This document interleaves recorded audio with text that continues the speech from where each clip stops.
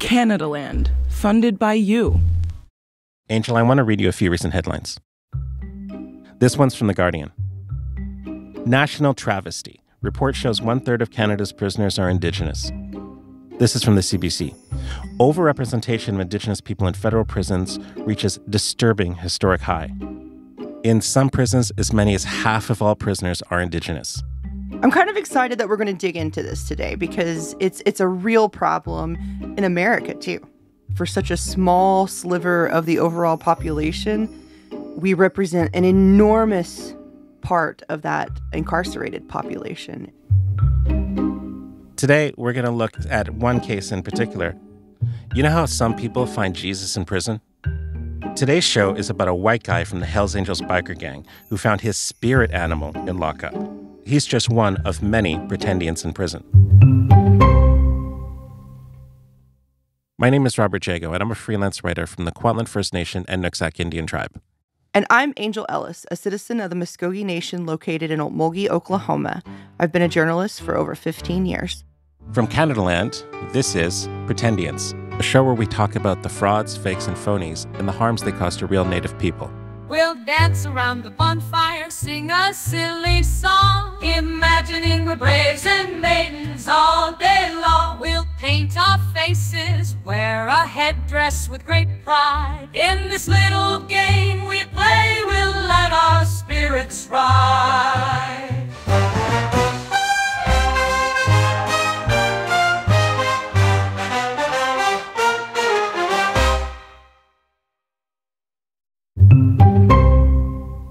Angel, by now, I've probably looked at 1,000 pretendians to prepare for this series. Do you know where you can find the single biggest concentration of pretendians? You know where you literally can't shake a stick without hitting one? I would say the Arts and Crafts Festival in New Mexico. Okay, well, fair play, that might be right. But also, believe it or not, federal prison. Why, once you're in prison, what advantage do you have being a Native American? This is not something that, in my experience, has gotten you any favors. So that's a good question. Why would someone want to be Native in prison? Like, what is the benefit of that? Well, in Canada, the government recognizes that there's this huge surge of over-incarceration of Native people in prison. And so they've created a whole bunch of different programs and incentives to try and deal with that and to try and to reduce those numbers by focusing on rehabilitation. So what kind of incentives are we really talking about here? Amongst other things, they've hired elders who come into the prison to help coach you and teach you about culture. They've brought in traditional foods. They've set up separate units for Indigenous prisoners called lodges or called the Pathways Program, where if you complete the program, you might even get early release. In these places, you have your own space, your own room all to yourself. I've even heard of some prisons where you get extra visits with your spouse. So there are a whole bunch of material incentives to taking on a Native identity in prison. You know, I mean, these programs are there for a reason. They're meant to break this cycle of institutional racism that's filling our prisons with Natives. But like a lot of things that are supposed to be reserved for Natives, fraudsters have moved in to claim these benefits for themselves. Today, I'm going to tell you the story of one guy in particular, a vicious criminal who posed as a Native so he could get through prison in relative comfort. And we'll talk about another convict, an actual Indigenous prisoner who ended up getting pushed out of his program by a pretendian. But before we talk about these specific people, I need to tell you how big a problem this whole thing is. One reporter investigated these programs, and according to her sources, the majority of so-called Indigenous prisoners were not actually Native. Everybody who wants to get some benefits, most of them wants to be granted early parole. That's reporter Isabelle Haché. And she learned that the way you get into these Indigenous programs in prison goes like this. You arrive to serve your time, and then, during the intake process, when they ask you, are you Aboriginal? All you need to do is answer yes. So he said yes, and he was sent immediately to the Indigenous wing. If I think about going to prison and I think about Gen Pop versus an Indigenous area, I would much rather be in that Indigenous wing if I could get in there. Yeah, I don't blame anyone for doing this either. As I mentioned, Haché spoke to many different people in Canadian prisons. And while she was doing that, she met a man named Casper Ouimet. Casper is the pretendian we're going to focus on today. He was a major figure in the Hells Angels in Quebec. Ouimet was involved in what we refer to as the Biker Wars. Quebec's biker war raged for 8 years. More than 160 people were killed. Hells Angels, Normand Casper Ouimet, d'extorsion, de gangstérisme et de blanchiment d'argent. The Angels are already the biggest and most violent biker gang in the world. The biker wars took place in Quebec in the 1990s. They murder rival gang members, targeted shootings, things like that. It escalates to bombings, and as the death toll passes 100, one of their car bombs kills a kid who was just playing on the street. There's a crackdown, and almost all the Angels are eventually rounded up. Holy shit. I mean, is this Canada at all? Like, that is not the concept that I have of Canada. Like, one of the major figures in that fight was Casper Ouimet. Angel, here's his wanted poster. Can you read what it says about him? hold on, let me check this out. One of Quebec's 10 most wanted criminals and president of the Hells Angels Trois-Rivières chapter, arrested November 1 in Montreal. He now faces 29 charges of murder, conspiracy, and gangsterism. Oh, and they're also investigating him for a series of financial crimes. He's scary looking, too. Yeah, he's a terrifying dude. In 2010, Casper was arrested, and after a long trial, he pleaded guilty under reduced charges of conspiracy to commit murder. He was sentenced to 15 years in prison. The place where Casper did all that gangsterism for the Hells Angels is a place called Trois-Rivières. The name means Three Rivers, and it's a city of about 140,000 people, a couple of hours' drive from Montreal. It's 90% white, 90% French. It is most famous for literally nothing.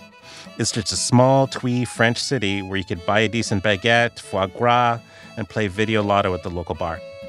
So, while he's living there, Marvin Casper Ouimet is living that French life. When Madame Haché interviewed him, he said of his indigenous identity that he's, quote-unquote, always been close to nature.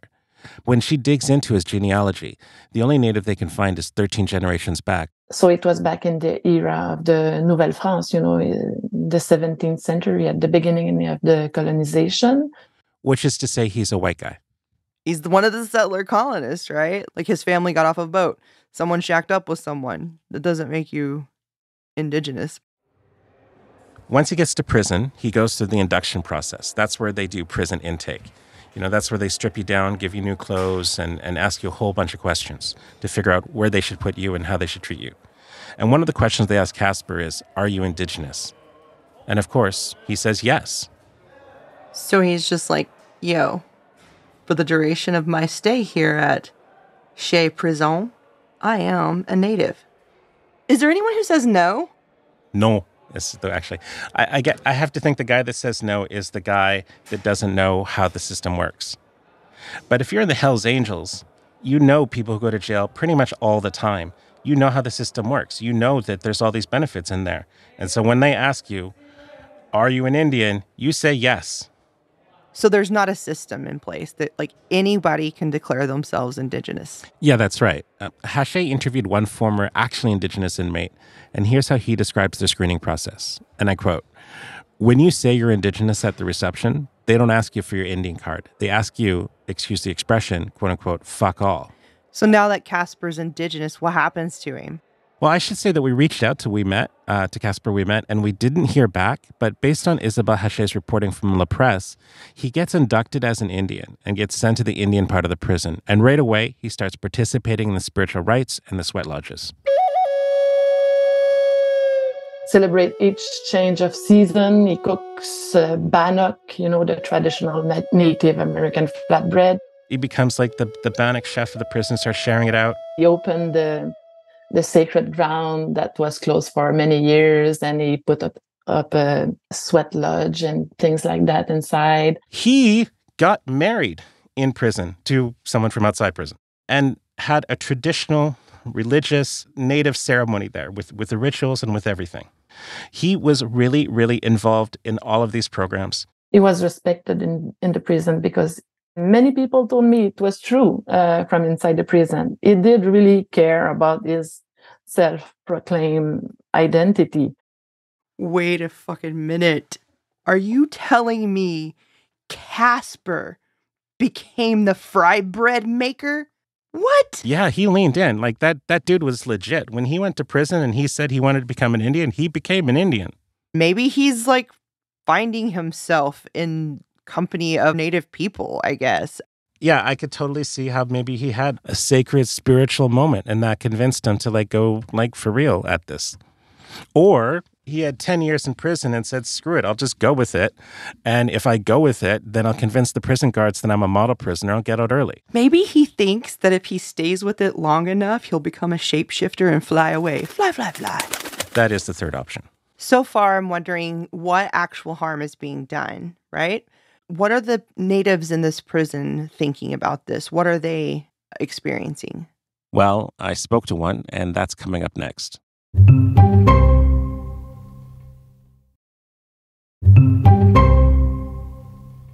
I talked to a real Native person in prison in Canada. His name is Norman LaRue, and he's from the Tk'emlúps First Nation in BC. He was convicted of first-degree murder in 2013 and is sentenced to life, a sentence he's currently serving at Kent Maximum Security Prison, about 100 kilometers east of Vancouver. He believes the prison staff is actively encouraging non-Native people to claim Indigenous status. Staff are telling inmates coming through to state that they identify as Aboriginal or they live the Aboriginal lifestyle or the Indigenous lifestyle so that they can get in there and so that they can put them there. They were wanting to fill beds with non-Indigenous people to meet some kind of quota. Like, I'm seeing these beds that should be for our people being manipulated and given to people that, would even make fun of, our culture, our way of life. So they're just intentionally filling up these Indigenous areas with non-Indigenous people. That is what a lot of people are saying. That's what Madame Haché from La Presse heard in her investigation, that they don't care how they fill the beds. They just need to fill it to meet their quota to prove that they're actually following through and ameliorating conditions for Native people. So are they actually creating better conditions for Native people? No. Norman LaRue said that there's often conflict and fighting between the real Native population and the pretendians. If there's an argument going on, say between a Native and a white guy, they'll automatically go to blaming the Native guy, saying the Native guy started it. And only the Native guy gets locked up. Where the white guy, he just gets told, oh, go sit down. So these guards, when they say that we're the ones that start things, we're the ones that do things, it's like, are you kidding me? And it's very disgusting that a place that's set up for our people, where we're being portrayed in a way where we're the issue, we're the problem. Isn't there any sort of system to report people who are frauding their identities? Yeah, that's complex. Norman tried to call some people out, and of course, the guards sided with the white prisoners because, guess what? They're also pretendians. Isabelle Haché from La Presse found that many people who work for Corrections Canada are also falsely claiming to be Indigenous. It's not only the inmates, the people who work for Correctional Service Canada. They just have to fill a form themselves, and they claim they are the Indigenous to get some work, some posts that are reserved for the Indigenous peoples. It's much more larger problem than just the inmate people. Not only is prison considered comfier for the inmates within the Indigenous programs, but it's easier for the guards too. These are considered to be plum posts. Those jobs are supposed to be filled by Indigenous guards who will understand the culture and who will ensure that prisons don't just keep recreating this power dynamic of white authority. And that's not all. The program is also supposed to have Native elders who visit the prisoners and guide them and conduct traditional ceremonies. These are paid jobs, well paid actually, and according to Haché's reporting, fakers took these jobs too. She uncovered a fake elder who seemed to have learned everything he knew about being Native from the internet. It got so ridiculous that prisoners named him Chief Google. And one of the prisoners Haché interviewed described him there in the prison in this Indigenous space at a table teaching a bunch of other fake Natives how to make dream catchers with some pink dollar store feathers. I knew the dream catchers were going to creep into this. I fucking knew it. There should be like an extra mark against you for doing elder pretendian. That's rude. So imagine what happens to you when you, an Indigenous prisoner, stand up to a pretendian. You're looking at this spectacle of Chief Google with the pink feathers, making some dream catchers, and you start complaining that they're a pretendian. but the person you complain to is also a pretendian. What happens to you then? So their best bet, if you're a native in prison, is to keep your mouth shut, hear no, speak no, see no evil, and hope you get the fuck out of there as soon as you can. Yeah, it kind of makes me rethink the story about Casper Ouimet and about how ideal a prisoner he actually was. It's kind of like psychological warfare on the natives in the jail, and they can't get away from it. Mm-hmm. Yeah, even when they're not a pretendian, speaking to the guards, the prison admit any of it is dangerous for bona fide native people. With Norman LaRue, his situation escalated a lot there. And this was over the different reaction that real native people had and non-native people had about the discovery at Kamloops. There's a developing story out of British Columbia. A First Nation says the remains of more than 200 children have been located, buried on the site of a former residential school. And they say that those missing children were as young as 3 years old and that to their knowledge, these deaths were undocumented up until this point. I was there from 71 to 75. I could hear my friends and that crying, getting dragged downstairs, whatever. Here again is Norman LaRue. When my wife and I learned about the 215 and everything, it hit our family pretty hard because my family is from the Kamloops Indian Band, and my family is the hereditary chief lineage there. So when we learned about that, we also know of a couple family members that went missing around that time. Our family believes we now know where they probably are. So Norman LaRue is no different than any other Native person across the country at that time. He's overcome by the shock of this news, and being from Kamloops, it hits even harder. And he comes from a family of artists. So his first reaction is to paint a mural.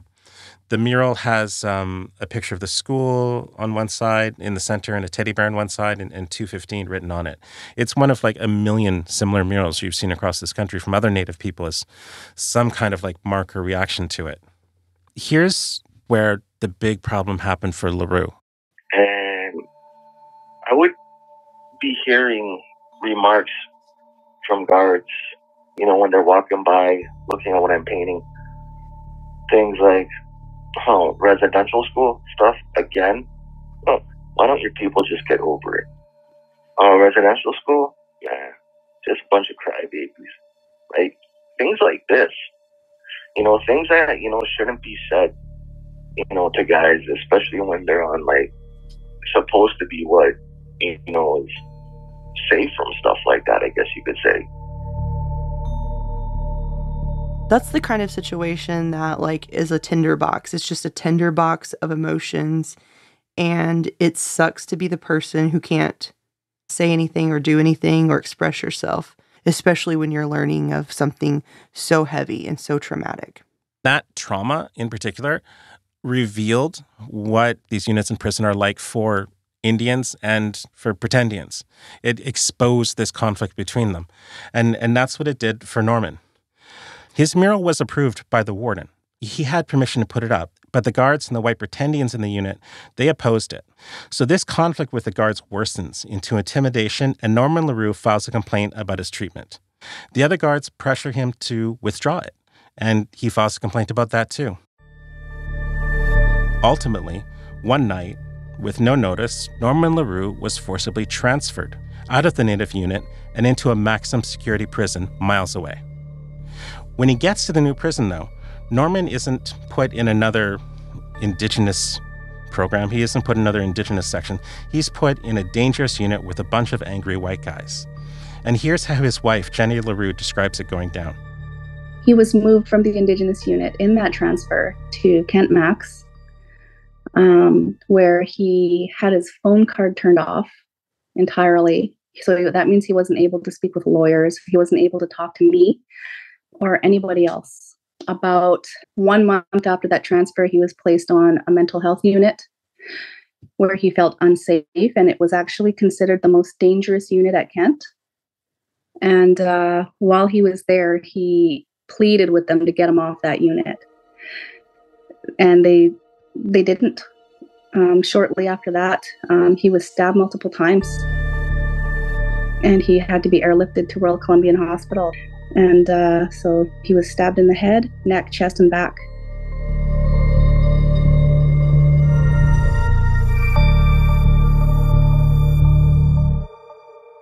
So LaRue made it through that ordeal. He's okay, but half his face is paralyzed. I'm just kind of shook up about that because, like, there's just this man who's processing this extreme amount of grief and confirmation of the horrors that he probably knew. He's of this place. He's of this people. He wants to paint. The only thing he can really do to express himself. And they're like, oh, you want to paint? Fuck you for having feelings. Let's go put you in a place that might kill you. See if you can survive this, asshole. Is kind of how he was treated. Here we are a couple years later. Guess where LaRue is now? Where is he? He's in prison for life. Maximum security prison. He's not in the Indigenous unit. He's just locked up there with the same people that stabbed him. And last I heard, his family can't even reach him. But remember Casper we met? Yes, I cannot forget Casper. He's now at a halfway house. He's been released from prison. I just want to, like, kind of scream in frustration. 29 charges of murder is walking around in the world right now. And a guy who should have been in this program is fucking still worried about being shanked. Yeah, that's the size of it. It's not just we met. It's systemic. It really is systemic. He was sent away with some other Hells Angels who also declared themselves to be Indigenous and who played Indian. They got parole even earlier than we met. When it came time for their parole hearings, they exploited their fake identities as Indians to help them get out of prison quicker. Here's Isabel Haché recalling how their lawyers leveraged it at the parole hearings. If he fell into crime, it must have been because of his feeling of injustice in the face of mistreatment of his ancestors by the Canadian authority. So it was one of the reasons maybe that he was granted parole. They took into consideration the Indigenous social background of those criminal bikers, the Hells Angels. Oh my God, is that a white person who was only a criminal because of systemic racism? Is that what they're fucking saying? Against his Indigenous ancestors, yes, that is what they're saying. I feel like the prison system has a lot to answer for. Like, why don't they ask for, I don't know, a card, a citizenship card or something? That is a really good question. So I reached out to the newly appointed Deputy Commissioner for Indigenous Corrections at Corrections Canada. And I asked her this question, like, why don't we gatekeep like this? Why don't we check their status? How many pretendians are there in prison? How many actual status cards have they seen? This is the reply I got back from her office. CSC, Corrections Canada, does not track the number of Indigenous offenders with status, i.e. with the sacred card, versus those without.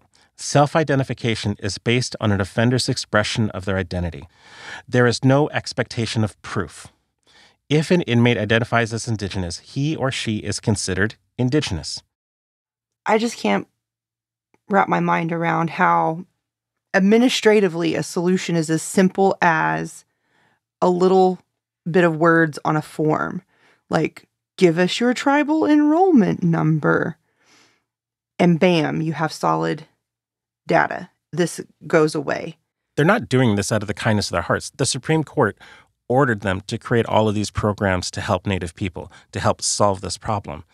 But instead of solving the problem by leaving it so open and creating all these incentives, they've magnified the problem. They're like feeding the problem for everything they do to make the prison term cushier or softer or shorter for Native prisoners. By not gatekeeping in any way, they're just incentivizing more people to claim to be Native so that they can access these benefits, and then the number goes up even more. It's a whole system that's encouraging abuse. Okay, Angel, so that's how pretendians in prison hurt real Natives in prison. But they also harm Indigenous people everywhere by adding fake substance to the stereotype that Indians are all super crimey. Let's talk about the numbers. By all accounts, there are a lot of Natives in prison in Canada. According to recent statistics, the Native population in federal prisons is in fact skyrocketing. One recent news report says that while Native people are 5% of the total population of Canada, we're now a third of all male prisoners. And in women's prisons, Natives are a whopping 50% of the inmates. This is a huge increase over the last 10 years, at the same time that the non-Native population in prison is actually decreasing. But it's not that there's no white peoples in prison. There's still gangster-ass white people in prison. They're just pretending to be Native to get some extra outside time. It makes you wonder, doesn't it? If maybe what's happening is they're going from one box to another. And it scares me. Think about a non-Native person like listening in and hearing these numbers, just hearing these numbers without that context. What are they going to think about Native people? Oh my God, they think that Natives are terrifying and that they're all criminals and that they shouldn't be trusted and that, oh Lord, I don't want them in my neighborhood. Let's make our little town more white. You know, that's kind of the impression I get. I mean, that is the impression that you hear if you go into social media or if you look at the comments to those stories. Maybe Natives aren't as dangerous as they seem, but government reports are out telling the world most of the criminals that we have are Native. And that's a bald-faced lie. I think those statistics shouldn't say that half the prisons are Native. They should say half the people in prison identify as wanting access to nicer beds, better meat, access to sweat lodges and your own private room. That's really what those numbers are saying.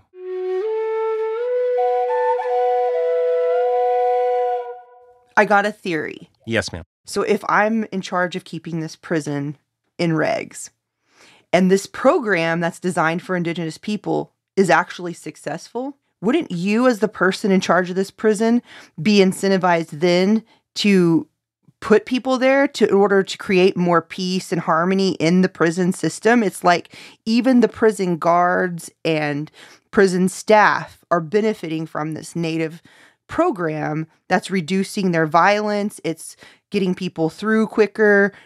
It's like maybe the whole fucking prison should be like this and it not just be a hellscape. Yeah, I mean, that is a really smart point. Maybe this is how, if you treat people like this, they do better.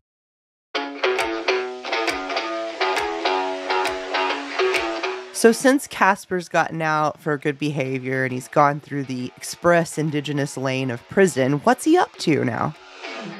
So reportedly, the gangsters are back gangstering. There's a whole new chapter of the biker wars. A sweeping police crackdown on organized crime in Quebec has led to more than 30 arrests in the last week, and more are expected. 3 men with links to the Hells Angels were kidnapped and tortured. Police insist they're not working with or supporting the Hells. They say it just happens that in these cases, it's people linked to the Hells Angels who are the victims. Reportedly from sources on both sides of the law, since being released, Casper Ouimet is positioning himself as the number 2 in the Hells Angels under their new boss, Marty Robert, and he's going to be bringing strategy and quote-unquote muscle. So whatever meditations he was doing while he was making these dream catchers must not have taken effect, and it seems like Casper's back to gangstering again. I mean, what does this all mean?